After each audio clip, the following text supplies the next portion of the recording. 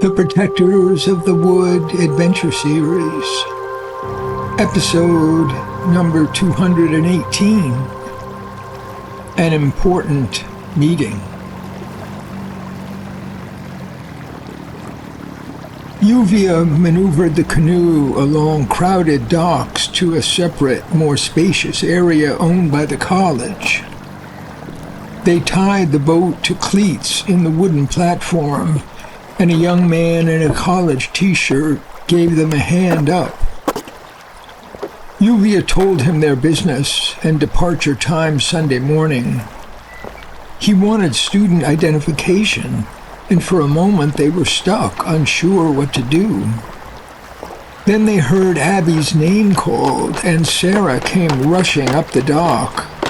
She was obviously nervous and impatient. Where have you been? Sorry. We had an emergency and my phone is gone. None of us have a phone. I'll explain later. Sara greeted the dock attendant. Hi, Bill. They're all with me. We're meeting in the energy building with Professor Richardson. He'll approve it. We picked up a stray boat floating free a mile upriver. Can you look for an owner?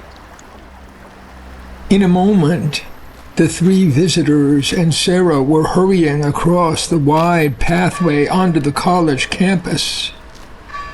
Old buildings, generally only 2 stories high, were spread out among trees and lawns and connected by flagstone paths. Abby had never seen anything like it. Wisteria grew up old stone walls, and discreet signs were posted to guide visitors. Sara led them at a furious pace. Phoebe lagged behind, pulling her right leg stiffly forward. Abby checked her timer. Hey, Sara. It's only 6:30. We've reserved the private meeting room starting at 6. Ricardo, Richardson, and a grad student, and Freddy Baez are there already. We've made a dinner reservation for 7 o'clock. This is a big deal, and we're running out of time. They practically ran through a maze of buildings where students walked in and out of dormitories and gathered in groups on the lawn. Cars full of arriving students and their luggage jammed the courtyard. Finally, Sara led the group to a modern 1-story building with a picture window, glass doors, and wings built out from both sides. An elegant bronze sign read, "Energy in the Age of Climate Change." They practically ran down a carpeted hallway to wooden double doors and a quiet living room spread out before them. Lamps on poles, couches and easy chairs, bookshelves and paintings, and a sideboard of refreshments were scattered over a wide area. 3 men stood to greet them. This is Professor Ricardo Richardson, Evansville Record Editor Freddy Baez, and Assistant Professor Henry Timms. Ricardo Richardson, the host and the head of the department, wore a dark tailored suit and pale blue tie. He was tall and lean, in his 40s, brown-skinned, with black hair cut very short. A gold ring with a small blue stone glowed on his right ring finger. Freddy Baez was over 50 and wore a shabby, pale suit with no tie. He sipped his wine and glanced around impatiently. Henry Timms was around 25 years old, short and light-skinned, with a vulnerable baby face free of wrinkles. Gentlemen, this is Abby, Phoebe, and Lluvia. Call me Ricardo, please. We are here to talk as equals. Can I get you something to quench your thirst? Hey, Ricardo, can we delay dinner half an hour at least? We need the time.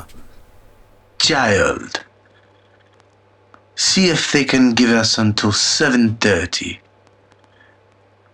Tell them we apologize. But it's important. Oh, yes, Professor, right away. He hurried out the door. Abby and Phoebe were struggling to keep their eyes off the blue stone in Ricardo's ring. They were thinking, Dreamstone. It's Dreamstone. They met each other's eyes with a look of elated recognition. Abby glanced at Lluvia and noticed her wide-eyed look. Sara retreated to a corner of the room and made a quick phone call. She wore her usual uniform, staff t-shirt, jeans, and a wide red headband. Amy will be here in a minute. Ah, excellent. Let me give you all a chance to drink your coffee and relax. We're all grateful that you came to visit. It's a tremendous favor. I know you've overcome obstacles to be here. You folks are under the microscope these days. But now, we have a chance to put our minds together in hope for a better future. This is a moment blessed by faith. Henry returned, nodded to Ricardo, and pulled up a chair. We're just getting started. The door suddenly opened, and Amy Z walked into the room. Sara hugged her and then introduced her to Lluvia and Phoebe. Amy waved to all and sat in an armchair next to the couch. Henry hurried to get her a cup of coffee. Professor Richardson met everyone's eyes and began. I think we've all done a good job of arranging this off-the-record meeting. And I think we can count on each other's confidentiality. They nodded. Bear with me while I describe our situation. We'll be discussing renewable energy developments that are still in early, fragile stage. As you'll know, tomorrow, the Evansville Board of Trustees will be responding to our student faculty declaration of climate change commitments. I realize that this document is technically open to change and negotiation, but most of us, including the treasuries, are aware that we are drawing a red line, a firm position. He paused to take a sip from a glass of wine and then continued. Okay, now here's some news. We've obtained through the grapevine a summary of the trustees' response. They will point out that not only our college, but also our city and state are nowhere near ready to achieve 100% renewability. Therefore, the trustees will not promise to withdraw fossil fuel-related investments. They will say we are decades, 30 years at minimum, from banishing fossil fuels from our economy. Therefore, they must continue to invest in enterprises that are currently established in the welfare of our population, such as fossil fuel heating, transportation, electricity, fertilizer, plastic, and so on. We know this argument is shared by most of the powers that be in this world, and the business interests that the trustees represents are pushing the lines of thinking and ignoring consequences of delay. Hey, hurry it along, Ricardo. We're from the news business. We're used to rushing. And in 20 minutes, we're supposed to be eating dinner. I hear ya, Freddy. But tonight, I don't care if all the food is overcooked or stone cold. I've been waiting for a long time for this day. Everyone will get a chance to say their piece.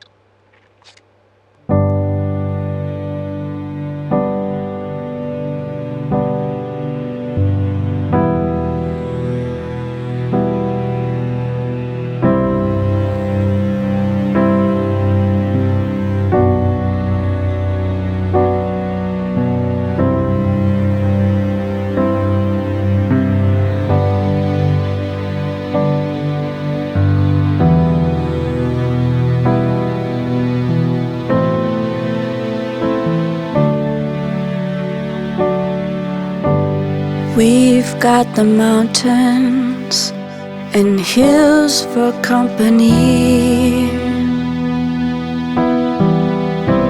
We've got the clouds and the storms and a billion stars to see. We've got the rain and streams and rivers and the sea. And with the children running round us, it's heaven all for free. It's heaven all for free, right here and right now. It happens all around us, no one knows how. It may take a million years to build the house of God. We can start right here. We can start right now. We can start right here. We can start right now.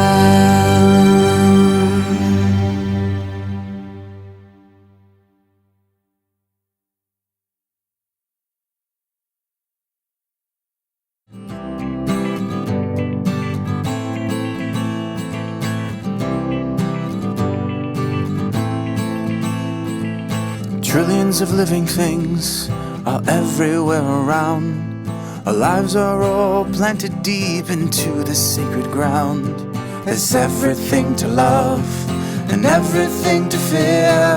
It's planet Earth in the universe and nature lives here.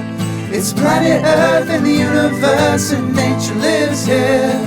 It's planet Earth in the universe and nature lives here.